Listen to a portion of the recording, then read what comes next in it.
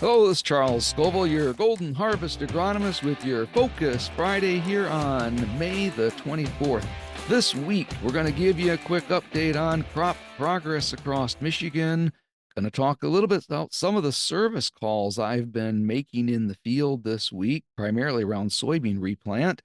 And I have another special guest with us today. It's our corn technical product lead for the northern U.S., and real excited about some of the things that he's been seeing, a little wider perspective than just what we see here in Michigan. Let's jump right into the crop progress. It certainly, as a whole, it's been a little bit variable, but at the whole, it's also very good. It's fun when I can drive down the road and row the crops.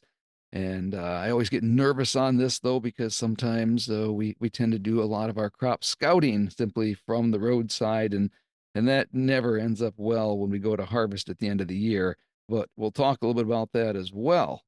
Within that, jumping into our growing degree day units so far, that early crop that we had planted and looking at the GHX app, we've actually accumulated 443 heat units, which puts us at the V3 growth stage.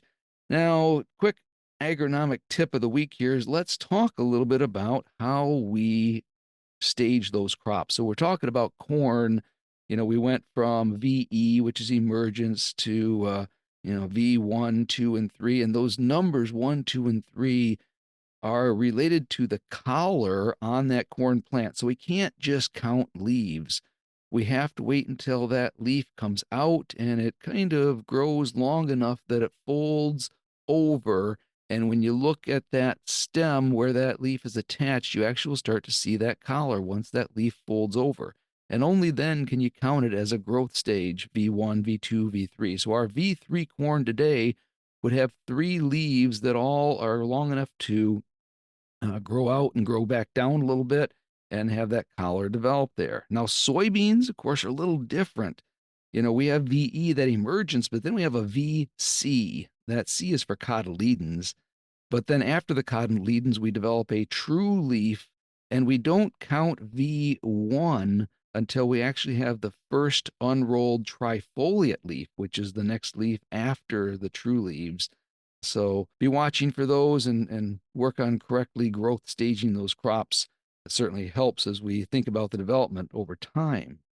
Service call wise, never the greatest part of my job, but at the same time, it's fun to be able to help farmers make decisions that are going to be hopefully the greatest return on investment for, in some cases, just a bad situation. So I have been doing some scouting in the field, getting out of the truck, and that's truly the only way we can do that. And with soybeans, if we're drilled out there, we're throwing that hula hoop. We're looking for the number of plants. Now, I've got a 36-inch hula hoop that I throw. And if I take each of the plants in that hoop and multiply it by just over 6,000, technically 6,165, that gives me an idea. So short term, if I've got only 10 plants in that hoop, guess what? I've got just over 60,000 plants per acre. And if I'm thinking soybean replant this time of the year, I want relatively evenly spaced 80,000 or more plants per acre out there. And so we throw that hoop multiple times in random spots and see what we're at and make those counts and then make those decisions. The good news on soybeans replant, at least we can go in there and thicken up that stand and be very effective with that. Maybe hit it on a 20% angle from what our original planning was. So we're not driving down the rows, but we can do that. And most of the reasons we've been doing replant have been early planted into a little bit wetter than ideal soils. We've got a crust out there, and they're just not making it through the crust. Now, the longer they sit in that ground, of course, we're seeing more feeding, and saw a lot of slug damage earlier this week and eating on those plants. Also seeing some seed corn maggots also doing their damage. So get out there, throw your hoop, do your evaluations. If you're in rows, then we're just counting plants in a row like we would for corn. Speaking of corn, though, if we do have to replant corn, and I haven't had any yet, but understand we've got to tear up that stand completely and start fresh on corn. Just a whole different situation than soybeans. So give me a call if you do have any issues there, and we're happy to get you taken care of. Finally, today we have Karl Bobholz. He is our corn technical product lead for Syngenta here, covers a great portion of the northern U.S., including Michigan. And Karl, I just want to thank you for agreeing to be a part of the podcast this week. Really looking forward to some of your insights from across the northern U.S. Hey, thank you, Charles. It's always good to jump on a call with you, and this podcast will be nothing new, but this will be awesome to have that connection with you. I'll appreciate it. So we got a couple questions to go over. And first of all, we know you've traveled from Wisconsin to South Dakota these past few weeks. Just curious, what are you seeing as far as the crop progression across the northern U.S. right now?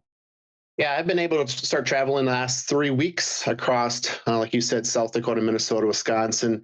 And like you started off the podcast, there is some V3 corn, but there are some fields not planted. The thing I would say is, though, it's just amazing how growers can take small planting windows that we had this year, in some cases only 2 days, and we could put a lot of crop in. If you go across the upper Midwest, it's easily 65, 75% planted, and it's looking pretty good. There are some just emerging, but there's a lot at that V2, V3 corn growth stage. So it's been pretty impressive. The one thing I would say, though, is the last 2 days I've been, dodging some big storms in Minnesota and South Dakota. And when you get to the plots after the storms, you have to wait a little bit to let the water run through the field. But in most cases, the drain tiles are keeping up in Minnesota and South Dakota, but you do see some standing water here and there, especially in some of those rolly areas that you might see out in the Western Plains. Great. It's always nice when our Western counterparts are getting the crop in as well.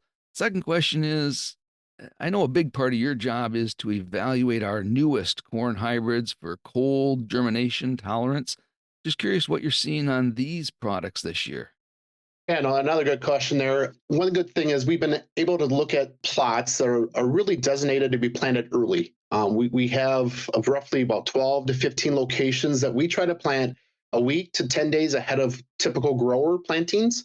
And this allows us to really double check how our laboratory results are comparing to field results. And this year we were able to get all of our new products into those testing environments and testing protocols. And I would say that 100-day, the 101-day, 103-day, they're looking stellar coming to ground, like a picket fence, very nice dark green color, and very uniform coming to ground. So I'm excited, that emergence is the first critical step, and to get good results in the fall. And I'm really excited about this new class of products coming up. We've done a lot of work to ensure that we have good germination in our parent lines.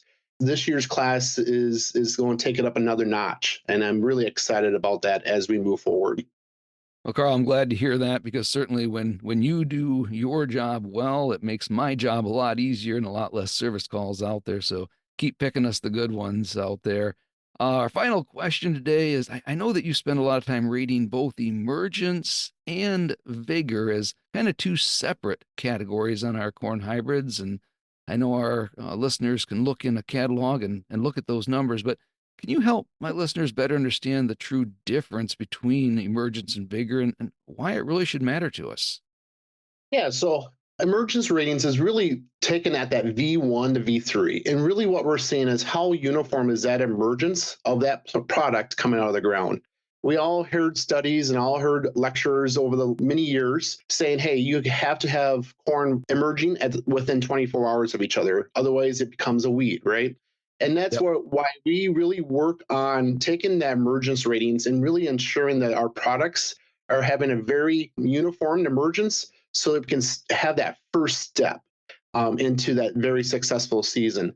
The second part of your question, Charles, that seedling vigor, that's really what, honestly, when you go 55, 65 miles an hour down the road, that's what everyone thinks that you're looking at. But really what that is really between that V3 and V5.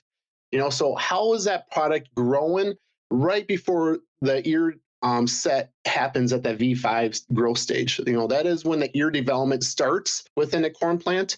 And that V3 to V5, if that product is uniform, growing at a good pace, typically that's saying that that product is healthy and is going to set a good ear within that plant. So we keep those two separate. A lot of times, we all think we want to merge them together, that, emergence and seedling vigors are the same.